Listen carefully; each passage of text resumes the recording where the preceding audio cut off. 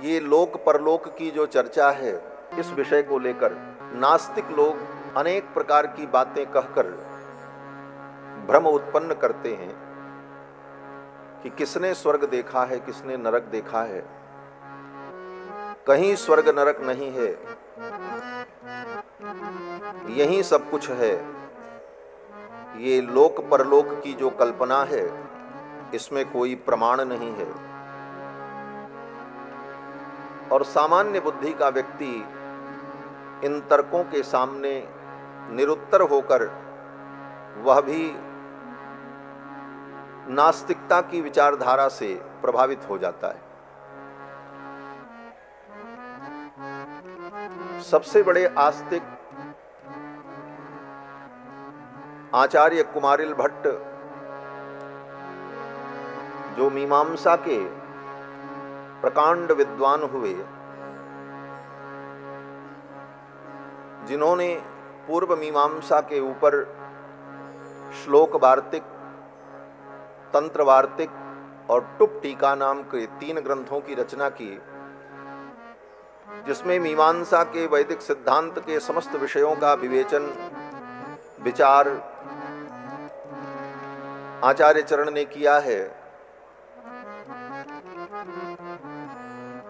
उन श्री कुमारिल भट्ट से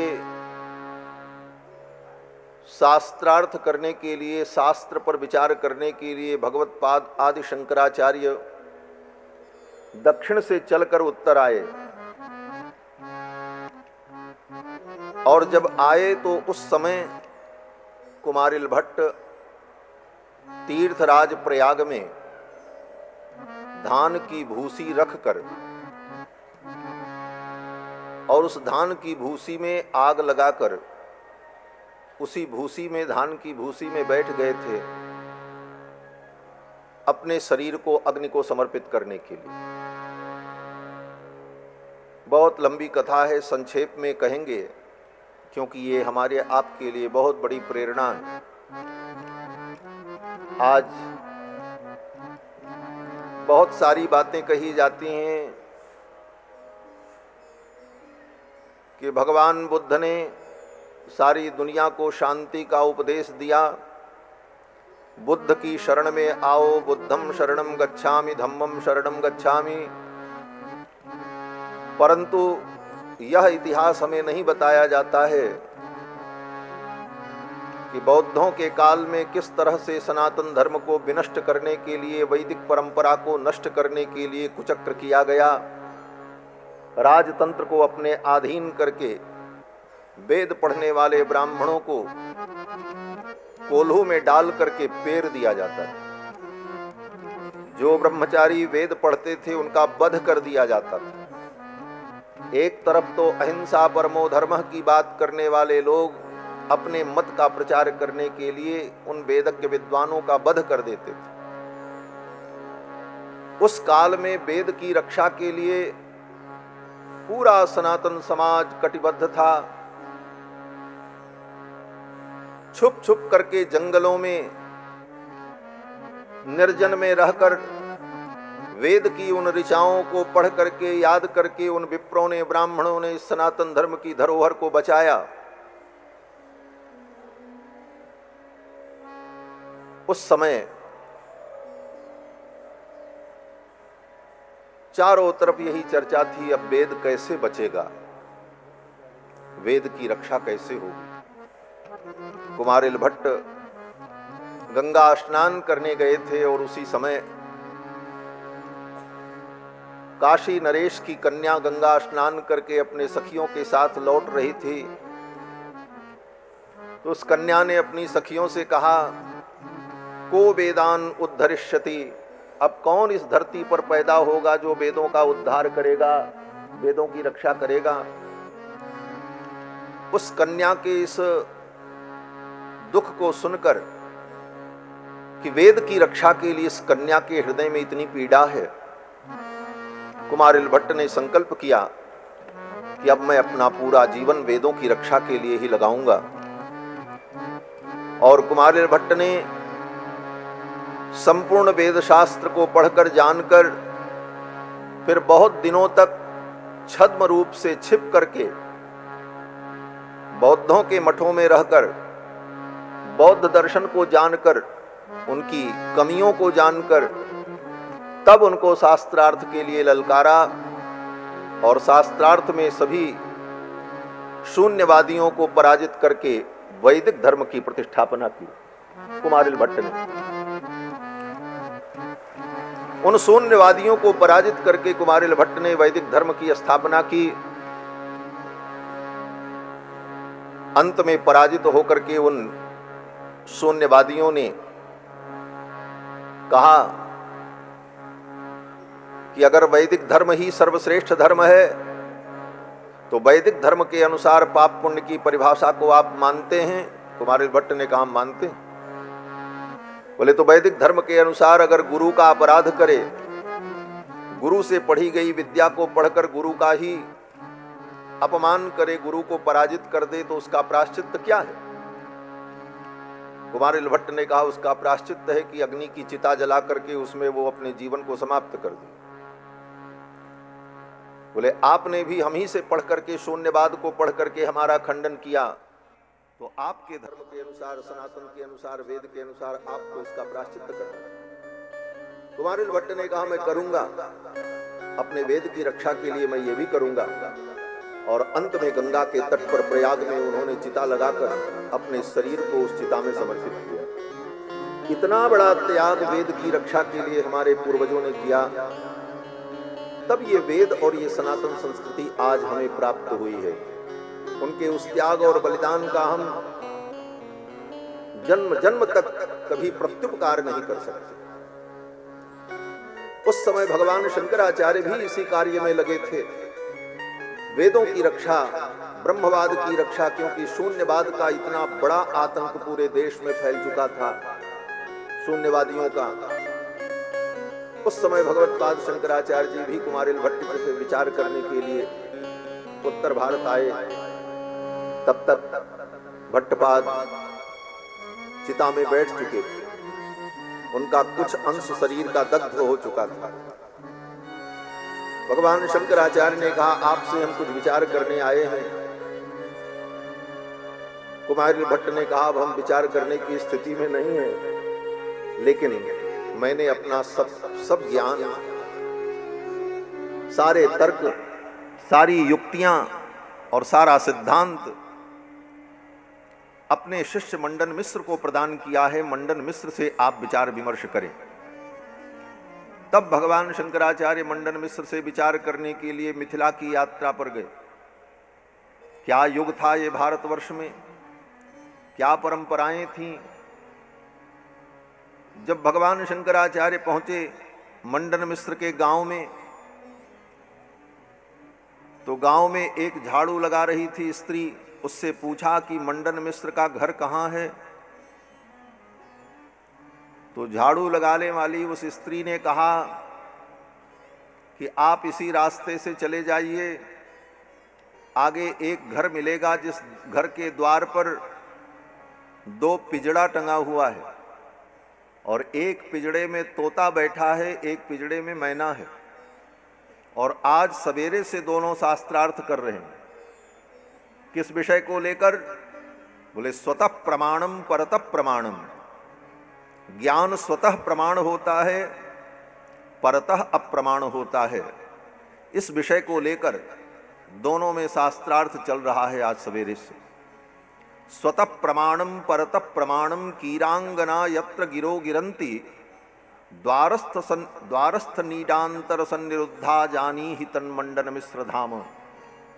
उस देवी ने कहा कि जिसके द्वार पर तोता मैना शास्त्रार्थ कर रहे हैं, स्वतः प्रमाणम परतः प्रमाणम को लेकर समझ लेना कि वो मंडन मिश्र का घर है। जिन विद्वानों के घर के तोता मैना भी शास्त्रार्थ करते थे, सुन सुन कर के इतना विषय उन्हें अवगत हो जाता था, कितनी शास्त्र चर्चा होती रही। इस प्रकार इस सनातन संस्कृति को हमारे पूर्वाचार्यों ने बचाया है। वे कुमारिल भट्ट अपने ग्रंथ में कहते हैं कि अगर परलोक में संदेह है कि परलोक नहीं है, मरने के बाद किसने स्वर्ग नरक देखा?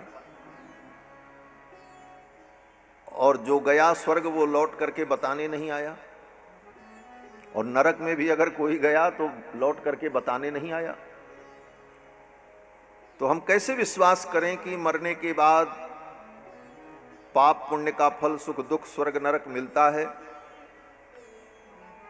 बात तो सही है, सामान्य व्यक्ति के लिए ये बात बड़ी विलक्षण हो जाएगी।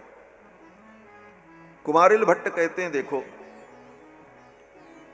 संदिग्धे परलोकेपि कर्तव्य पुण्य संचय। अगर परलोक में संदेह है तब भी पुण्य करो, धर्म करो, पाप से बचो। क्यों? तो कितनी अद्भुत उक्ति है आचार्य चरण की कि जो वस्तु संदिग्ध होती है उस वस्तु में दोनों विकल्प होता है, दोनों ऑप्शन बने रहते हैं। जिस वस्तु में संदेह हो सकता है वो वस्तु हो भी सकती है और नहीं भी हो सकती है, दोनों ऑप्शन होते हैं।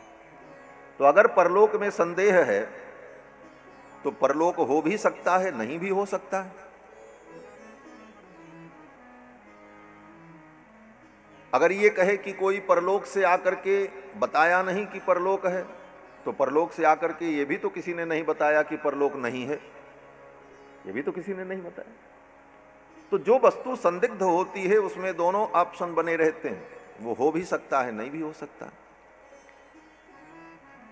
तो अब हम क्या करें?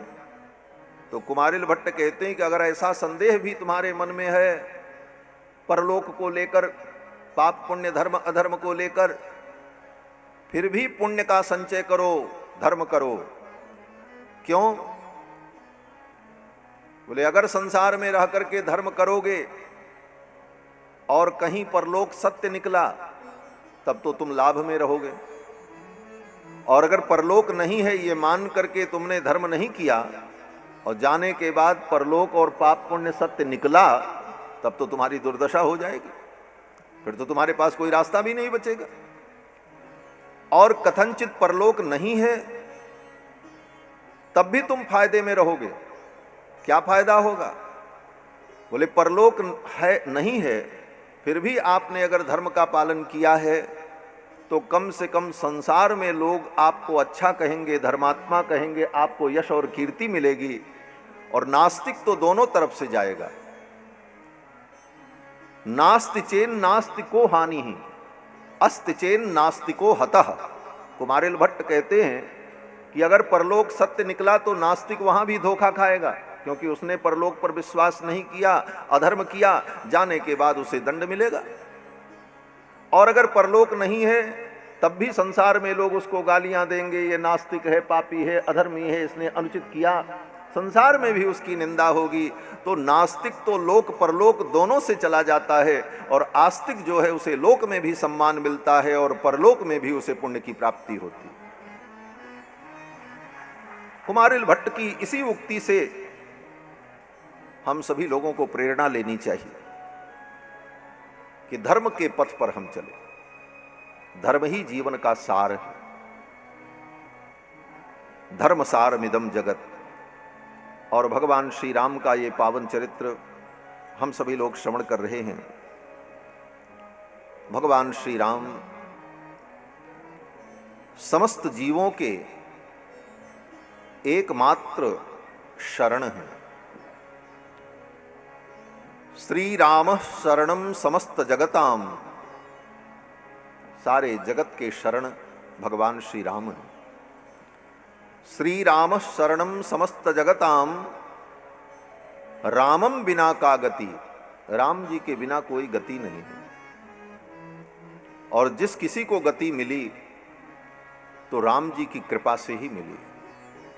जिसने राम जी का आश्रय नहीं लिया उसकी गति नहीं, उसकी तो दुर्गति होगी। और राम जी का अगर आश्रय लिया तो बड़े से बड़े पापी भी गति को प्राप्त कर लेते हैं। गोस्वामी तुलसीदास जी महाराज अपने मानस रामायण के उत्तरकांड में संपूर्ण कथा का वर्णन करने के बाद कहते हैं, हे मन तू विचार कर, राम जी की शरण में आकर के किसको गति नहीं मिली। पाई न केहि गति पतित पावन, राम भज सुन सठ मना। गनिका अजामिल व्याध गीध गजादि खल तारे घना। आभीर जवन किरात खस, स्वपचादि अति अघर उपजे। कही नाम बारक ते पिपावन हो ही राम नमामि ते। पाई न केहि गति पतित पावन, राम भज सुनु सठ मना। पाई न केहि गति पतित पावन, राम भज सुनु सठ मना। गणिका अजामिल व्याध गीध गजादि खल तारे घना। गणिका अजामिल व्याध गीध गजादि खल तारे घना। आभीर जवन की रात खस, स्वपचादि अति अघरूप जे। आभीर जमन की रात खस, स्वपचादि अति अघरूप जे। कही नाम बारक ते पिपावन, होहि राम नमामि ते।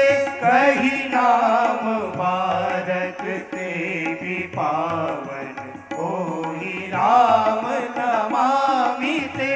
पाई न केहि गति पतित पावन, राम भज सुनु सठ मना। सुनु सठ मना, सुनु सठ मना। गोस्वामी जी कहते हैं, हे सठ मन, अपने मन को कथा सुना रहे हैं। हमारे पूज्य महाराज श्री कहते थे, भगवान की कथा अपने मन से मत सुनाओ, अपने मन को सुनाओ। अपने मन से कथा सुनाओगे तो ये कथा व्यथा हो जाएगी। अपने मन को कथा सुनाओ। गोस्वामी जी महाराज संपूर्ण कथा का वर्णन करते हैं तो यही कहते हैं। प्रारंभ में भी कहते हैं, स्वांतः सुखाय तुलसी रघुनाथ गाथा, और फिर अंत में कहते हैं, राम भज सुन सठ मना। राम जी के आश्रय में आकर किसको गति की प्राप्ति नहीं होगी, और राम जी ही एकमात्र आश्रय है। भगवान ही आश्रय तत्व है। बातें बहुत हैं, एक बात से जुड़ी हुई अनेक बातें याद आ जाती हैं और मन करता है सब बताया जाए। श्रीमद् भागवत महापुराण की कथा आज गली गली में होती है। दिव्या भागवती वार्ता गेहे गेहे जने जने। कारिता कण लोभेन कथा सारस्ततो गतः। भागवत में, भागवत महापुराण है, और महापुराण का जो लक्षण बताया वेदव्यास जी ने, उसके 10 लक्षण बताए। पुराणम 10 लक्षणम, पुराण के 10 लक्षण हैं। अत्र सर्गो विसर्गश्च स्थानम पोषण ऊतयः इत्यादि। और उसमें अंतिम लक्षण जो है उसका नाम है आश्रय, 10वां लक्षण। और उस आश्रय की शुद्धि के लिए, उस आश्रय तत्व का ही विचार करने के लिए 9 अन्य लक्षण कहे गए हैं। तो आश्रय तत्व जो है वो भगवान है। भगवान ही सबके आश्रय हैं। भगवान के बिना किसी को आश्रय नहीं मिल सकता। ये पूरा ब्रह्मांड भगवान के आश्रित है। हम सब उनके आश्रित हैं। अनंत अनंत सृष्टि का आश्रय तत्व भगवान है। तो रामम बिना का गति, राम जी के बिना कोई गति नहीं है। और भगवान के चरणों में अगर हमने भक्ति की तो रामेण प्रतिहन्यते कलिमलम राम जी के द्वारा हमारा जो कलिमल है, हमारे जीवन का जो दोष है, वो समाप्त कर दिया जाएगा। रामेण प्रतिहन्यते कलिमलम, इसके बदले में राम जी को क्या देना पड़ेगा? तो वेदव्यास जी कहते हैं रामाय कार्यं नमः, राम जी को प्रणाम करो बस। ऐसा ठाकुर कौन होगा महाराज, जो प्रणाम करने मात्र से प्रसन्न हो जाए। वेद भगवान कहते हैं मुमुक्षुर वै शरणमहं प्रपद्ये, मुमुक्षु प्राणी को ऐसे भगवान की शरणागति करनी चाहिए, और भगवान तो नमस्कार मात्र से प्रसन्न हो जाते हैं। अग्ने नय सुपथाराये अस्मान देवव्युनान विद्वान जुयोध्य समज्जुहुराणमेनो भूयिष्ठान्ते नम उक्तिम विधेम। नम उक्तिम, भगवान को प्रणाम कर लें, इतना ही पर्याप्त है। वेद के इन्हीं भाव को गोस्वामी जी ने मानस में कहा, सकृत प्रणाम किए अपनाए। एक बार राम जी को कोई प्रणाम कर ले तो राम जी उसको अपना बना लेते। कितनी अद्भुत बात है महाराज, ऐसा उदार कौन होगा महाराज। सकृत प्रणाम किए अपनाए, सकृत प्रणाम किए अपनाए, तेऊ सुनि शरण सामुहे आए, तेऊ सुनि शरण सामुहे आए, तेऊ सुनि शरण सामुहे आए, तेऊ सुनि शरण सामुहे आए। सकृत प्रणाम किए अपनाए, सकृत प्रणाम किए अपनाए, सकृत प्रणाम किए। एक बार प्रणाम कर लो राम जी को, राम जी अपना बना लेते हैं। और संसार को बोले प्रणाम करते करते तुम्हारा मत्था घिस जाए, व्यक्ति अपने गर्व में चूर रहता है। प्रणाम की महिमा तो ठाकुर जानते हैं, रघुनाथ जी जानते हैं। एक बार प्रणाम कर ले, सक्रदेव प्रपन्नाय तवास्मीति च याचते, अभयम सर्वभूतेभ्यो ददाम में तद्व्रतम मम। भगवान रघुनंदन कहते मैंने व्रत ले रखा है, मैंने संकल्प किया है, मैंने कसम खाई है। बोले क्या कसम खाई है, क्या व्रत लिया है? राम जी कहते हैं सक्रदेव प्रपन्नाय, एक बार प्रपन्न हो करके वो ये कह दे कि मैं तुम्हारा हूं। राम जी यही सुनना चाहते हैं, लेकिन ये जीव इतना अभागा है, गली गली के ऐरे गैरे नत्थु खायरों को अपना कहता फिरता है, ये हमारे हैं, ये हमारे हैं, हम इनके हैं, हम इनके हैं, हम इनके हैं। भगवान कहते हैं एक बार तू सच्चे मन से मुझे कह दे कि मैं आपका हूं,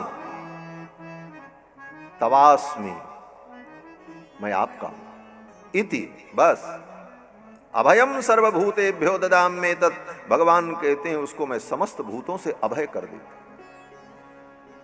ऐसे उदार ठाकुर जी को छोड़कर हम किसकी शरण में जाएं?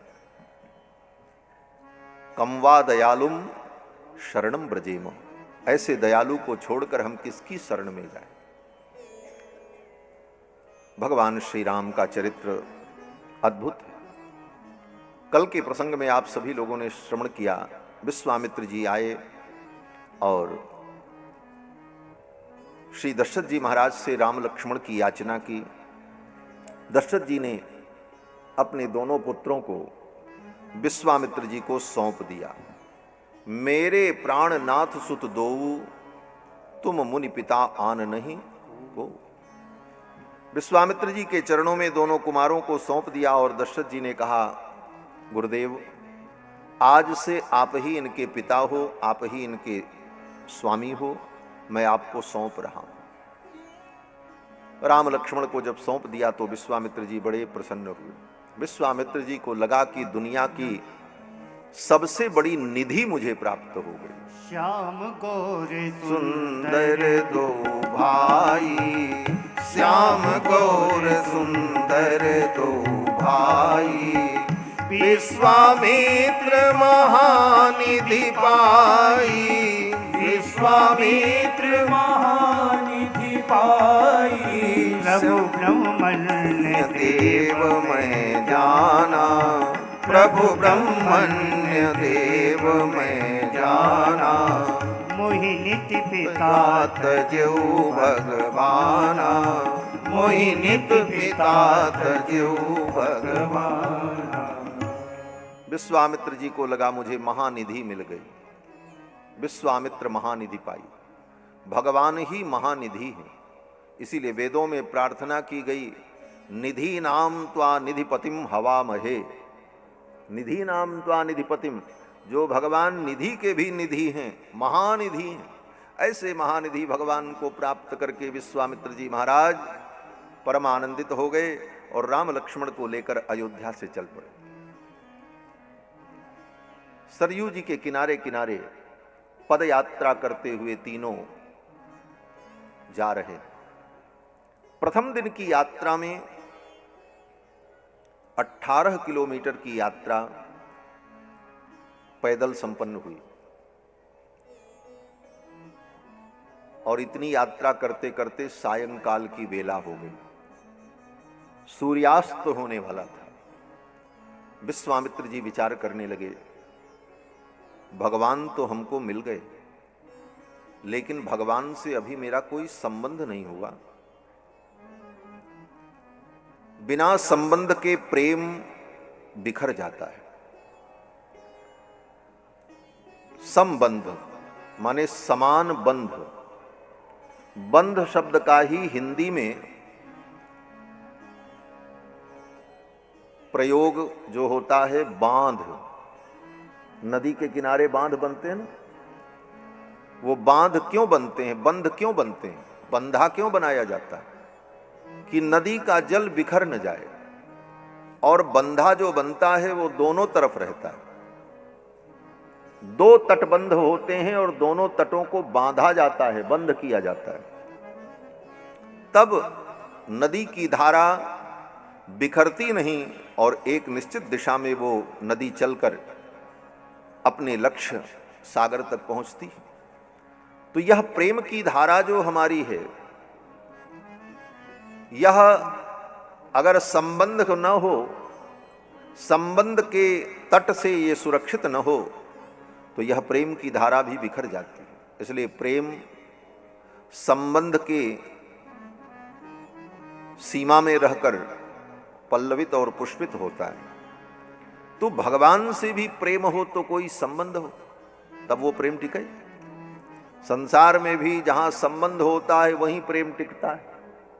कोई संबंध, इसीलिए विविध संबंधों की कल्पना संसार में की जाती है। ये भाई हैं, ये मित्र हैं, ये पिता हैं, ये गुरु हैं, ये सखा हैं, ये अभिभावक हैं। अनेकानेक संबंधों से ही वह प्रेम स्थिर रहता है। तो भगवान से हमारा क्या संबंध हो, तो कहते हैं भगवान से तो जीव के सभी संबंध हैं। संसार के जितने संबंध हैं वो तो अनित्य हैं, और भगवान से जीव का जो संबंध है वो नित्य है, और सारे संबंध भगवान से ही हैं। लेकिन अज्ञान के कारण भगवान से जो संबंध है उस संबंध को भूलकर संसार के संबंध को ही हम सजोते रह गए। संबंध तो भगवान से ही। गोस्वामी तुलसीदास जी महाराज कहते हैं, मोहि तोहि नाते अनेक मानिए जो भावे, ज्यों त्यों तुलसी कृपालु चरण शरण पावे। गोस्वामी जी कहते हैं, हे भगवान, मोहि तोहि नाते अनेक, हमारे तुम्हारे नाते बहुत अलग, बहुत हैं। कितने नाते हैं? बोले आप पिता हो, मैं पुत्र हूं, आप स्वामी हो, मैं सेवक हूं, आप ज्ञेय हो, मैं ज्ञाता हूं, आप शेषी हो, मैं शेष हूं, आप मेरे भर्ता हो, मैं आपकी भार्या हूं। ये सब संबंध जीव के भगवान से। तो भगवान से कोई संबंध हो और उस संबंध की भावना से हम भगवान का चिंतन करें। विश्वामित्र जी ने सोचा भगवान तो मिल गए लेकिन कोई संबंध नहीं हुआ, इनको मैं अपना क्या बनाऊं।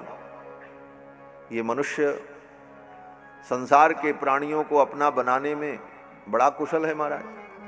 संसार से तो संबंध जोड़ने में इतनी कुशलता है कि ट्रेन में बस में यात्रा करते समय बगल वाली सीट पर जो बैठा उससे पूछते हैं भाई कहाँ के, तो व्यक्ति कहते हैं हम फला गांव के। बोले उस गांव में हमारे फूआ की बेटी की नतनी ब्याही थी। कहाँ से कहाँ संबंध ढूंढ लिया। तब तो आप हमारे ये भय। अरे वाह, संसार के प्राणियों से संबंध जोड़ने में तुम इतने प्रवीण हो और भगवान से संबंध जोड़ने में आज तक विचार भी नहीं किया। भगवान से संबंध जुड़े और झूठ बोलने को कहो तो कितना बड़ा झूठ हम आप रोज बोलते हैं। भगवान के सामने जाकर के खड़े होकर, सत्यनारायण के सामने खड़े होकर असत्य भाषण करते हैं। क्या कहते हैं? बोले त्वमेव माता च पिता त्वमेव बंधुश्च गुरुस्त्वमेव। तुम ही माता हो, तुम ही पिता हो, तुम ही गुरु हो, सब कुछ तुम ही हो। जो कुछ हम न कह पाए हो वो भी आप जान लो हे प्रभु। त्वमेव सर्वम मम देव देव, तुम ही मेरे सब कुछ हो। और इतना सब कहने के बाद तब व्यक्ति क्या कहता है? बोले हे प्रभु मेरा बेटा बीमार है, ठीक हो जाए। भगवान को हंसी आती है, अभी तक तो हम सब कुछ थे, अभी बेटा और बेटी कहां से आ गए। फिर वही संसार। तो हम संसार से संबंध जोड़ने में बड़े प्रवीण हैं, भगवान से हमारा कोई संबंध नहीं हो पाता। विश्वामित्र जी तो विचार करने लगे, भगवान तो मिल गए, मैं इनको अपना क्या बनाऊं। विश्वामित्र जी ने सोचा बस एक संबंध बहुत बढ़िया है। हमारे पूज्य महाराज श्री कहते थे कि किसी व्यक्ति ने कहा कि राम जी से हमारा कोई संबंध नहीं है, तो पूज्य महाराज श्री कहते कि तुमसे अच्छा रावण था। तुमसे अच्छा रावण था, कम से कम उसने राम जी को अपना शत्रु तो बनाया, वह भी अमर हो गया, उसका भी परम कल्याण हो गया। कुछ तो बनाओ राम जी को। मैं ये नहीं कहता राम जी को शत्रु बनाओ, लेकिन अगर बात आएगी राम जी से संबंध जोड़ने की, तो राम जी से अगर तुम्हारा संबंध नहीं जुड़ा तो तुमसे अच्छा तो रावण ही था, ये कहना पड़ेगा। विश्वामित्र जी ने सोचा भगवान को मैं अपना क्या बनाऊं। विश्वामित्र जी ने सोचा ये तो दशरथ जी के बेटा पहले से बन करके आए हैं, इनको मैं अपना मित्र बनाऊं। बोले ये इतने छोटे से हैं, हम इतने बड़े हैं, मित्र क्या बनाएंगे। अंत में विश्वामित्र जी ने सोचा एक संबंध बहुत बढ़िया है, मैं इनको अपना चेला बना लूं, मैं इनका गुरु बन जाऊं। गुरु शिष्य संबंध हमारा इनका हो जाए भगवान से। देखो ये साधु लोग चेला बनाने में बहुत आगे रहते हैं। कोई बढ़िया आदमी मिल जाए चेला बना लो, काम आएगा। लेकिन मैं कहता हूं चेला बनाओ, लेकिन ऐसे ऐरे गैरों को चेला मत बनाओ। ये संसार के जितने चेला हैं सब झमेला हैं। चेला बनाना है तो ठाकुर को ही चेला बना लो। ठाकुर तो कहते हैं हम तुम्हारे चेला भी बनने को तैयार हैं, तुम ही गुरु बन जाओ। बनाओ तो कुछ। और भगवान को अगर तुमने अपना बना लिया फिर तो जीवन धन्य है। विश्वामित्र जी ने कहा कि बस एक ही संबंध ठीक है, मैं इनको अपना शिष्य बना लूं। और विश्वामित्र जी ने राम जी से कहा राम रामेति मधुराम वाणीम। अब इसकी मैं व्याख्या नहीं कर सकता, इसका तो आप अनुभव करो। महर्षि वाल्मीकि कहते हैं कि विश्वामित्र जी ने इतनी मधुर वाणी में कहा राम रामेति मधुराम वाणी। वो मधुरता कितनी विलक्षण रही होगी उसका अनुभव ही किया जा सकता है, वर्णन नहीं किया जा सकता। बड़े दुलार से, बड़े लाड से, बड़े ही आत्मीय भाव से विश्वामित्र जी ने कहा राम जाओ जाओ बेटा, सरयू जल में आचमन करके आओ। सरयू जी के किनारे ही बैठे थे, सायंकाल की बेला हो चुकी। रामेति मधुराम वाणीम विश्वामित्रोऽभ्यभाषत। गृहाण वत्स सलिलम मा भूत कालस्य पर्ययः। हे राम, विलंब मत करो, जल्दी जाओ, सरयू जल में आचमन करके आओ। मैं तुमको मंत्र देना चाहता हूं, मैं तुमको अपना चेला बनाना चाहता हूं। विलंब मत करो, जल्दी जाओ। प्रश्न यह है कि विलंब राम जी कर रहे हैं? विश्वामित्र जी कहते हैं राम विलंब मत करो, आचमन करके आओ, मैं तुमको मंत्र देना चाहता हूं। वस्तुतः विश्वामित्र जी का हृदय बोल रहा है कि आज तक बहुत विलंब हुआ, हे रघुनंदन, हे सर्वेश्वर, आज तक तुमसे हमारा संबंध न हो सका, लेकिन अब वो विलंब मुझे सह्य नहीं है, इसलिए जल्दी जाओ, तुम आचमन करके आओ, मैं तुमको अपना शिष्य बना लूं, तुम्हें अपना बना लूं। गृहाण वत्स सलिलम मा भूत कालस्य पर्ययः। विलंब न हो, भगवान से संबंध जोड़ने में विलंब मत करो, जितना जल्दी हो सके। क्यों? बोले जीवन का कोई ठिकाना नहीं है, कब ये जीवन लीला समाप्त हो जाए और भगवान से बिना संबंध जुड़े हमारा ये जीवन समाप्त हो जाए तो जीवन व्यर्थ हो जाएगा।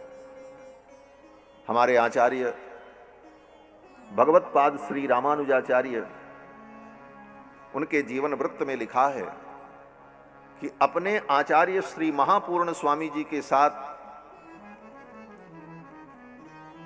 कांची की यात्रा पर आ रहे थे। गुरु जी ने कहा चलो कांची में चलकर तुम्हारा पंच संस्कार होगा और वहीं भगवान की शरणागति होगी और भगवत संबंध हो जाएगा।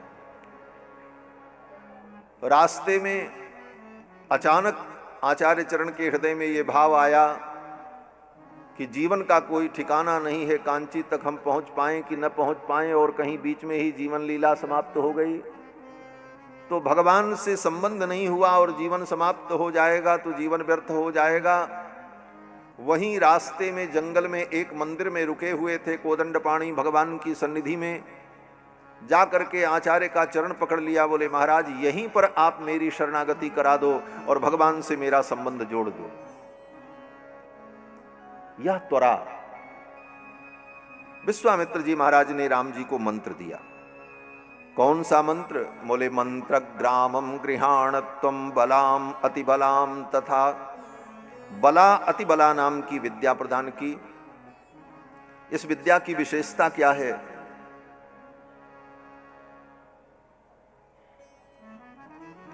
विश्वामित्र जी कहते हैं ये विद्या जिसे प्राप्त हो जाए, न श्रमो न ज्वरो वाते न ते रूपस्य विपर्ययः। इस विद्या को जो प्राप्त कर ले उसको कभी श्रम नहीं होता है, वो कितना भी काम करे कभी थकता नहीं। न ज्वरो वाते, उसे कभी ज्वर नहीं होता, उसके स्वरूप में कभी कोई परिवर्तन नहीं होता। न च सुप्तम प्रमत्तम वा धर्षयिष्यन्ति नैरिताः। चारों तरफ से राक्षस असुर उसे घेर लें फिर भी राक्षस असुर शत्रु उसका कुछ बिगाड़ नहीं सकते। यह इस मंत्र का प्रभाव है। ऐसा दिव्य मंत्र विश्वामित्र जी ने राम जी को दिया।